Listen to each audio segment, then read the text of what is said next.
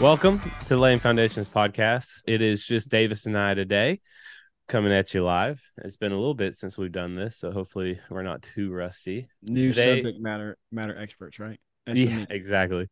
Today, we are going to talk a little bit about, right, Davis and I have both had some life transitions recently. Mine, as Davis pointed out to me today, was about 9 months ago, which is crazy, or 8 months, however long it was. Crazy how time flies that fast. I moved right to a new state, started a new job and a new company. So that's one, right? And Davis also moved to a new state, back to Alabama, and then started a new job with the same company. And so it's it kind of is an art, and also it takes a lot to like start a new project, right? And to learn a new team and to get plugged in again, even in a new state, in a new city, right? So for those either coming out of college, or maybe you've never started a new job before besides the one that you're on, you don't remember what it's like, or you're jumped ship to a new company, you're learning all kinds of new names, right? We Right. kind of just want to talk about a little bit of what is that like? What are some tips? What are some things that we've done that we've been successful, things that maybe we didn't do that we wish we did, or things that we learned from, right?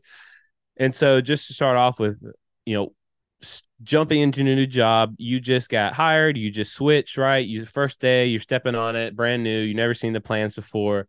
What do you do? Right. So we're going to jump to Mr. Hambrick and see kind of what is his process of going through it, of learning the job, meeting the people, and then trying to start to build that knowledge base so that you can be one successful in the job, but also useful and helpful to those around you.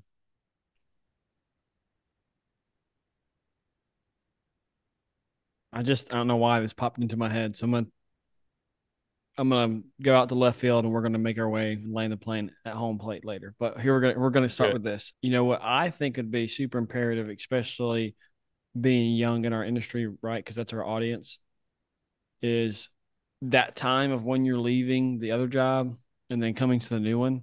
Write down some of the things that you learned, right? Mm, I need to start doing that anyway because I don't want to forget the stuff that I went through on this old job, and it's going to be hard to do that anyway. But I just think about all the variables. I'm always thinking about stuff, and now I see this new project team, and it's just a completely different, right? Size, our client, amount of team, dollar amount, right? Like, everything's different. Like there's not one thing that I know that's the same. And so for a young person, I would say before we even answer Walker's question, spend time before you go to the next job. Write down some of the things that you learned that were big, and then try to apply that. How do you hone that in and work on that stuff to make it even better, right? So, for example, if you sucked at concrete and you didn't do well with checking your rebar, shop drawings, and making sure the embeds in the right locations, and because you've never done it before, that's okay. Write that stuff down and figure out, this is something I really need to focus on. I'm going to go find someone that's good at this that I'm going to do better at on this job. So that's one. Two, how to familiarize yourself with the job. Man, hopefully you get an opportunity like I did where I'm kind of getting the opportunity to come in slow, right? So some people, like superintendents, I know they probably don't have a lot of time whenever they get shipped a job. It's I need you here, right? And so they don't have yeah. time, but they also have more knowledge, right? But I've had the time to just slowly show up one week, literally not do a thing except look at drawings, right? Like I went and talked to people, I went and shook people's hands, but I think actually 2 weeks, my job site on the bigger job site was not doing anything. It just couldn't. Our crews were doing something else. So I took that advantage, sat down with the superintendent literally every afternoon, went through the plans, talked about problems, and I've learned a lot from him that he tries to constantly, all at all times, he's already built the building 4 or 5 times in his head. So I'm trying to picture these things and how things come together. Mm-hmm. So one, I hope you get an opportunity to have time to land and go over the plans, right? Because it's imperative. If you don't know how to read the plans or know what's going on in the building, you can't familiarize yourself or build it. And then two, we'll go into this on number 2 point, right? The second point, but I would say internally, especially within your own team, figure out who's good, not who's good and bad, but figure out who those relationships are. Figure out what drives them. Figure out if I've never met Walker before, he's my PM and I'm the superintendent, I'm going to do everything I can to figure out him, right? Go figure out what he's good at, what he's bad at, figure out some of the challenges he's had, because the more you know on the front end and are willing to get to know Walker, I just think it's going to help you more as you grow, as you continue the project. So I'll use this example, right? I'm fortunate that one of the PMs on this job now was the first PM I had on the very first job, right? So I Nice. already have a history with him, right? We're in these meetings that he can just look at me and smile because we both go back to those first jobs, and he talks about some instances that we went through that were tough, right? And he just looks at me and like understands, this is not going to happen to us again because we've had this happen, right? But if I didn't know him and we didn't go through that previous history, you know, would I still go spend time with him wanting to know what's going on with kids? Maybe some of the hard things he went through on other job sites. So that's a really vague answer, but I would, one, focus on the plans, the drawings, submittals, do all those things. Hopefully you have time to do that. And then two, really get to know your team internally of who's Mm-hmm. going to be able to help you out and who can you help out as well. So what do you think, Walker? How would you answer that? No, I think all your points were very valid and then exactly what I would have said. When I first got to my project, again, a little different, right? Because completely new people. I've never met any of them in my life, but it's pretty much similar to you. You were the same way, except for your PM, right? And so being the new guy, I think it's if your team doesn't do it for you, you need to do it. But ask for a sit down with the depends on what side you're on, right? With the superintendents or with the project engineers or PMs, you name it. In my case, it was all the project engineers and the PMs. And I said, let's sit down. I want to learn. Walk me through it. And they kind of started that off. They said, here's all our different trades. Here's who has what. Here is all the different scopes within that sort of thing. And it's very, very overwhelming at first, and it will be that way for a while. It was probably a month or 2 months until I really just started understanding. I knew they got that. I knew they got that right. I knew who had kind of everything somewhat, and it took a little bit longer to start developing more and more. But one big thing would be, sit down, look at plans every day. That's huge. Is especially what David said. You got to. It's a big building. In a lot of cases, there's a lot going on. You could look at plans every single day and catch something different every single day.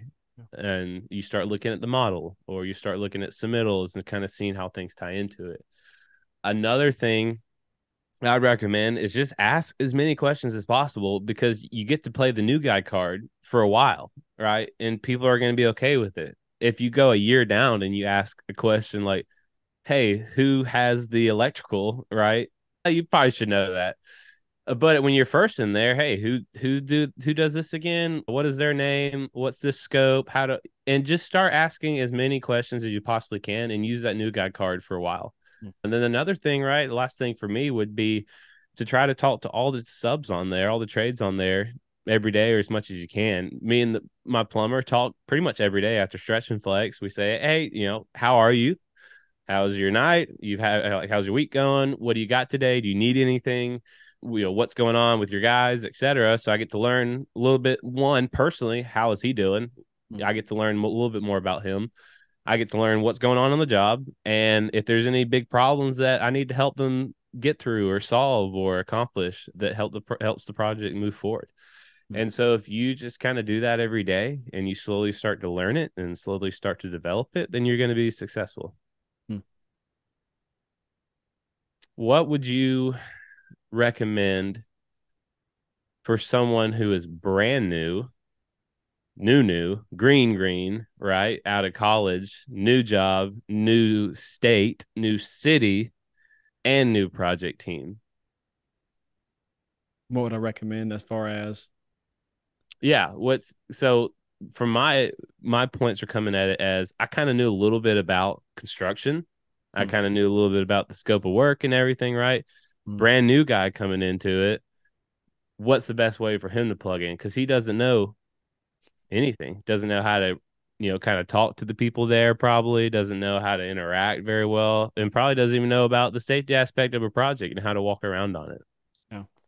I don't know. I guess it depends on the role, right? Like I'm always looking for someone to speak into my life. So my superintendent, right? That's where I want to go. So hopefully you'll figure out within the first few days or first few weeks, is this person someone that I believe will actually help me and benefit me, right? Um, I think that's super important. So if you're, I came in as an AFM, right? For other companies, a field engineer, whatever your company calls it. I want to figure out how to be a superintendent. So I'm going to find the superintendent that will teach me and that fits my personality, that like actually helps me, coaches me well. For someone in the PM, they'll come in as an APM. I would ask you the same thing. But for someone that's green, coming out of college, there's different variables to this, I think, but I was super aware of I'm the new guy. I'm in a town called New Orleans, Louisiana. I don't fit in here at all. All these different people with different backgrounds and walks Mm, of life. Like literally, you think New York's a melting pot, so is New Orleans, man. It's different people. Like you'll have a bunch of Cajun people, but you also have people from the South, from the North, like everywhere. And I think that just goes to show you the diversity there. But anyway, what I would do is I would take one foreman out to lunch a week, right? Or it may not even mhm, be you taking him out to lunch, but let's go out to lunch. Like he mhm. might buy his own lunch. But if you have the opportunity, go take him out to lunch, buy his lunch or her, whoever it may be, and just figure them out. Because anybody will do anything for food. Like we Great idea. talked about that with Jesse, free food helps. And so in those lunches, don't just talk about work. Yes, it's important, right? But also get to know them and who they are and how they tick. Because I promise you, I mean, I, I've seen it within, I don't know, maybe I've been here a month now. The camaraderie we have now as our internal team and like inviting some of the trade partners to actually show up early. Hey, y'all want some breakfast? Man, it's like people are Cool. all out on the deck wanting to come talk to me and James now because we cook breakfast for people, That's right? awesome. And so something as simple as food, like again, that helps. But also, I think, for someone that's green, Walker talks about this a lot. He just mentioned it before. Ask questions, ask questions. Doesn't matter if it's a dumb question, ask it. Like we have an intern named Axel now. He's from University of Alabama. Won't hold that against him, Cool but name. great dude, super smart, and he just asks questions because he wants to learn, right? And people know when you're green, but if you ask questions and you're trying to learn, even if it's a dumb question, they don't care. You don't even have to say, "Hey, this is a dumb question." Just be like, "I don't know what you're talking about. Teach me, show me." Like, I want to understand what you're talking about. I have not met a person in construction that goes, "No, I'm just not going to help you." Right? So people Yeah. want to teach you. You just have to have the humility to go, "I don't know. Can you show me how to do this?" So I want to ask you. You kind of asked me that for the green part, but talk about spending time understanding the relationships from your Mm. side because in my opinion, I know I meet all different walks of life. I know you do too, but from the PM side, I feel like there's a lot more negotiation involved, right? And I think, just in my opinion, you got to learn how to be firm and fair, right? I know superintendent does, I know field guys do it, but for the majority of the time, I'm not the one having to understand how I walk this line. So talk from a PM standpoint or an APM or however you want to call it. How important are relationships to you, and what do you kind of do to understand the people around you? Yeah, I mean, it's a great question. Relationships in construction in general are the utmost importance. I think relationships are very important as a PM, especially because you're dealing with a lot of personalities. You're dealing with something that is very close to people's heart, which is money in this case. No one wants to lose it. No one wants to pay a lot unnecessarily. And so when you're building relationships with people, you have to remember that you have to keep that in mind. There's a lot of general contractors that are not the best and they will stick it to their trades and they will not approve change orders and they'll make them pick up things that they missed. And there's a lot of different things that can go on. Good general contractors will work with their trades and it's a lot better relationship. But at the end of the day, they want to work with them on another project and they're willing to bid this project, right? And you start developing that relationship. You and I have worked for a company that is no longer in existence because they did not have a very solid, what's the word, character, right? They didn't pay their trades and they did not work well with people and they suffered because of it, right? So if you're going to go that route and you're not going to develop these relationships well and right, then ultimately it might not be today, it might not be tomorrow, but ultimately one day you'll pay the cost for that. And so for me, I choose to have a relationship with every trade I possibly can. Both of my PMs, the senior PM and the PM, are really good at that. The senior PM knows everyone in this town, right? He's worked with them for 15 years. They respect him, he respects them. And there's a lot of give and take on each end, right? Sometimes we lose on it, sometimes they lose it on it, but at the end of the day, we try to make everything right. Right. And it's people first, and then right, project profit second. It's trying to make sure that everyone is successful in it, but at the end of the day, by doing that, the project's going to be successful. And so it's kind of a long way of answering. I don't really have one specific answer, but relationships are huge because that is how you're going to finish the project. If Yeah. someone doesn't like you and they don't want to deal with you, I won't say who it is, right, but I've had guys on my job site tell me, oh, I hated working with him. When he would call me, I just wouldn't answer. Right. Right. Or like, oh, that PM was the worst. I would just turn my phone off and I would avoid them on the job site. And if you're that PM, it's going to be really hard to finish a project or to get anything done when your own trades are avoiding you because they hate dealing with you. Right. That's not the way you want to be, right? Biblically speaking, try to live at peace with everyone, right? That's the goal. And so relationally, don't be a jerk, make things right, do what you say you're going to do, and just be a person. Talk to them, Mm. build a relationship, ask them how their weekend went, ask them how their day went. When you're on the phone, don't just get right to business. Say, hey, how's your week going so far? Right? You got any weekend plans? You going to do anything fun? And then jump into business. It takes just 2 extra seconds to just ask a simple question that might make all the difference. And it might have a different outcome for you at the end of that call or end of that conversation or end of the day, right? Right. Do you remember? I don't know, Walker, if you heard this. It was actually at Western Carolina. Miss Jennifer Lacey talked about how there's two jobs, I think, in the Charlotte area for Robbins and Morton, and basically the superintendents on the separate jobs both have the same trade partner, different Mm, crews, but it's same, still PM, right? On one job site, the dude was getting riddled with change orders, like left and right from this trade partner. On the other job site, they weren't getting a lick and they were still having some of the same issues. wow. And so these superintendents, which I think is really cool, if you're in the area of Charlotte, they do this thing where they actually have lunches like once a month or every 2 weeks, and they all just go out That's to eat, cool. just superintendents. So they just get to talk about life, talk about what's going on at work. And so apparently one of the superintendents brought up, man, what's going on with such and such sub? Because on ours, they're killing us. He goes, well, we haven't had any of these problems. And so Miss Jennifer brought up the point of, well, how are you treating them? Right? You just Mm, mentioned it. The one sub or trade partner that's getting ridiculed, getting beaten over the head about everything because of how that superintendent approached them was getting just backlash with change orders and T&M tickets, and just at every oh turn my where they gosh. said it wasn't in the contract, they just said, yeah, I'm not picking this up. I don't have to. Right. Yeah. Well, on the other job site, because the guy treated him well, because he took care of his guys, because he took care of the trade partners guys, he didn't have a change order, no cost. And so I'm not saying that because I'm trying to tell people just be nice to people and, only be nice so you don't have a change order. But I do truly think that it goes back from the heart, right? So, I always pray the verse above all else, protect my heart, Lord, because everything flows from it, right? Because I truly believe if I care about Walker, again, using the example, if we work together, if I care about Walker enough, not only is it going to come back to me, but I'm just going to have a better working relationship with him. Right. Yeah. And so if I treat a trade partner, whether it's the PM, superintendent, or his guys or gals that are working in the field like crap, they're not going to want to come back and work for me. And just like you said, Walker, you're a senior project manager, right?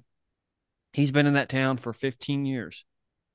At 15 years, people would know if he's a good or bad person, and they respect him. So guess what? That shows you in of itself that whoever this senior True. project manager is, he's a good leader, because I know plenty of people that they've been in towns and like they don't want to go work for that superintendent. There's the people within our own company that talk about it from our own standpoint of like, yes, I will never be a superintendent under that superintendent because he is just a jerk, right? And so again, Yeah. I challenge your heart, because I think back to when Jesse talked to me about stuff. He was like, well, you have to think about it from a higher leadership org chart, right? So we all report to them, and from their standpoint, they're not managing the day-to-day task. You hope that they've done that at some point, but these leaders are really looking at numbers and cost and what's associated with Mm, that. And so if your leader at the highest point is so worried about a cost on a job site that he's telling whoever's under him that they need to have that cost cut, or this needs to be fixed, or you need to do a better job, right? That's just going to get trickled down all the way to the last person. And yeah, where does that end up? At the trades. So I know I'm kind of getting all over the place here, but I you're good. think, again, Walker, like Walker said, most of the times, if you're willing to treat people the right way, the PM from the trade partner and the GC, sometimes they end up having two different instances, right? And they may not have gotten paid for the first one, but they might call the second one a wash and it just cancels out, right? I've helped you, you've helped me. Let's just wash my hands of it, right? It's not worth doing the extra change order. And people, like, every single day, that's what happens. So anyway. Yeah, it's all about relationships. I had one more point to that because your story spurred my memory. I was literally yesterday or 2 days ago. You would know who it is. I'm not going to say it on the podcast, but Yeah. a couple of us were talking, and they were saying, oh, they were talking about this certain superintendent for a different company, and basically the premise was, yeah, whenever subs bid for this project or for this company, and they know that this specific superintendent is going to be there, I'm going to call him Bill. They give that project the Bill price, right? Because he's so difficult to work Yep. with.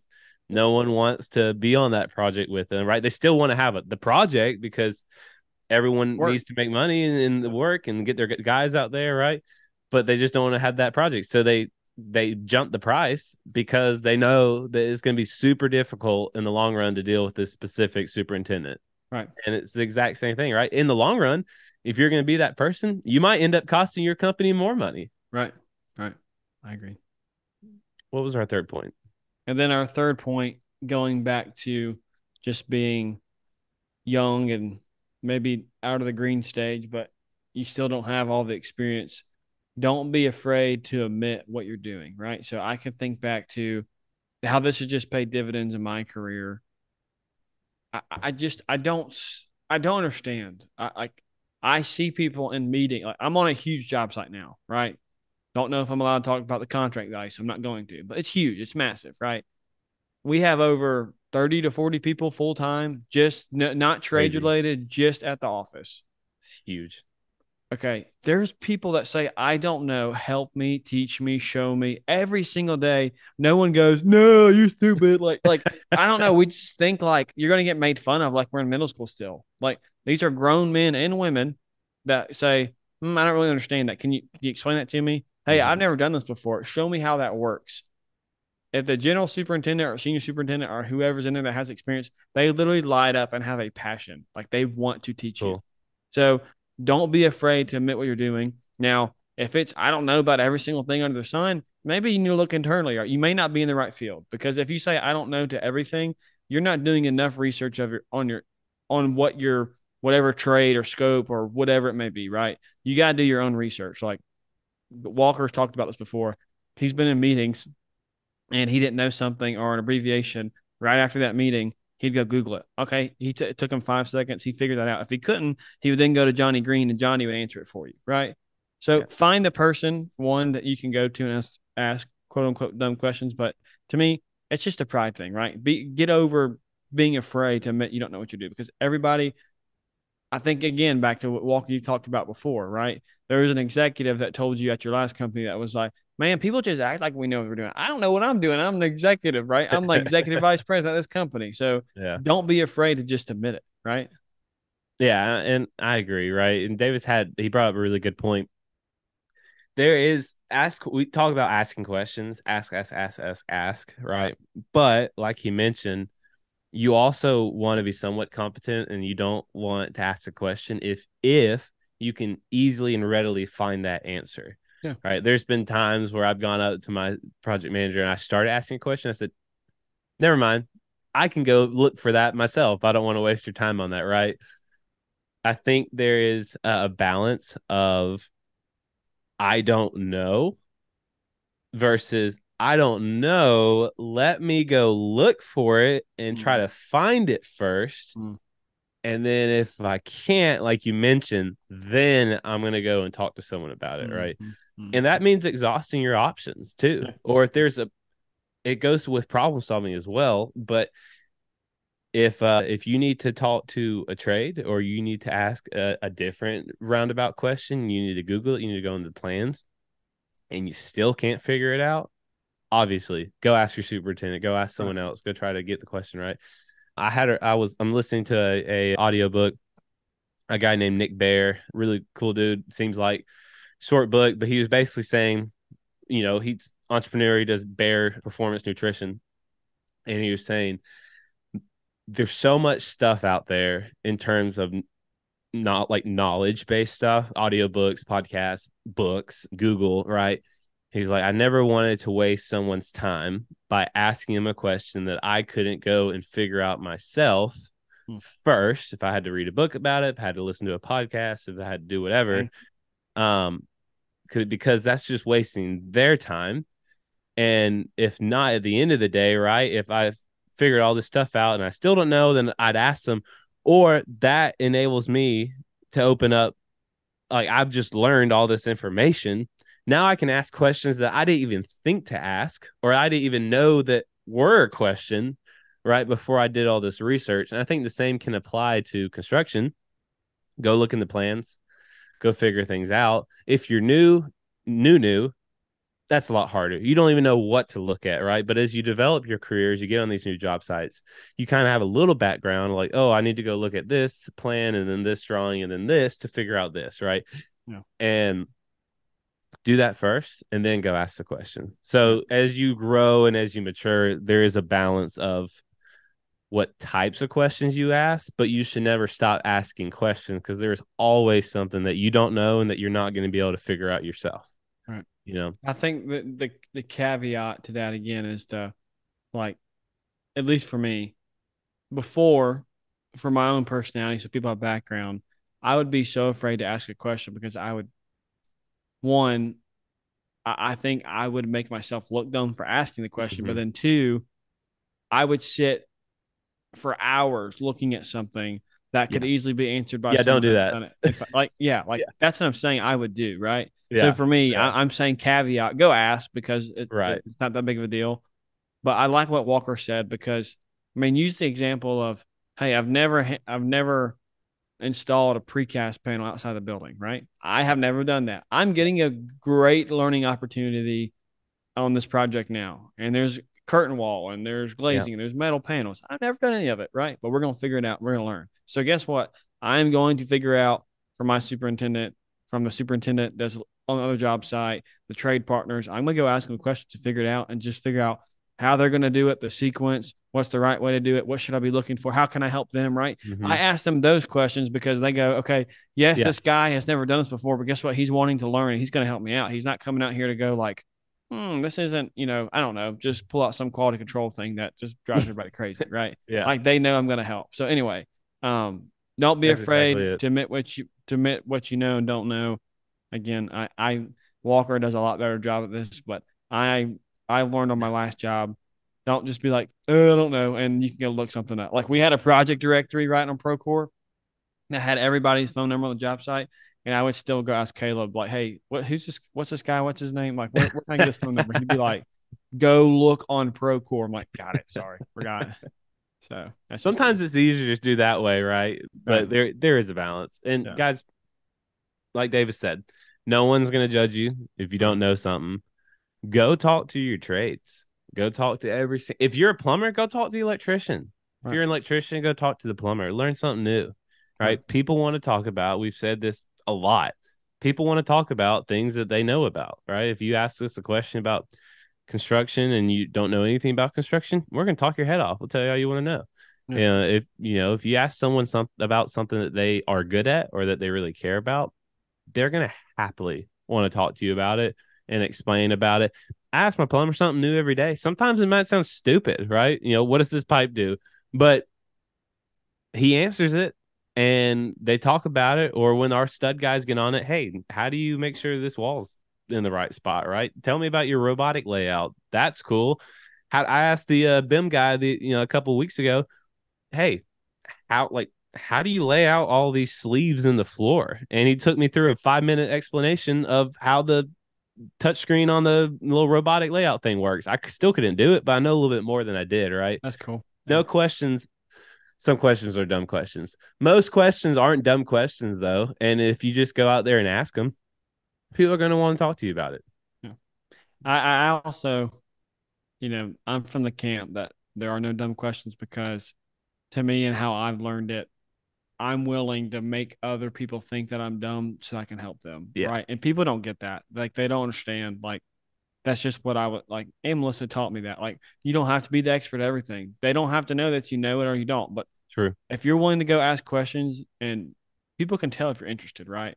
Like, I don't need to go ask my carpenter how to build a form or how to lay out anchor bolts or how to pour concrete. I know how to do it, but hey, there might be something I can learn, one, but two, I want to make them feel a little bit better, right? You never know what people are going through. So that's just my empathy in me, right? Like, I try to help other people, but sometimes, play your audience, right, Davis? Like, don't go up to your general superintendent and be like, how do I cut a 2x4, man? Or like, how do I use a tape measure, Yeah, right? Like, exactly. just understand the dynamic, and people get that, but I'm learning, right? I'm not. Don't be a dummy, right? So No. Yeah, you said it well, man. Well, guys, we hope this was helpful. We just want to do something just from our recent experience of things that we've done. So, as always, reach out to us if you have questions, if you need help with something, if you just want to know a little bit more about construction. We're always willing to help. We got a lot of mental health resources. We do try to do one a month. But we got some cool stuff coming out.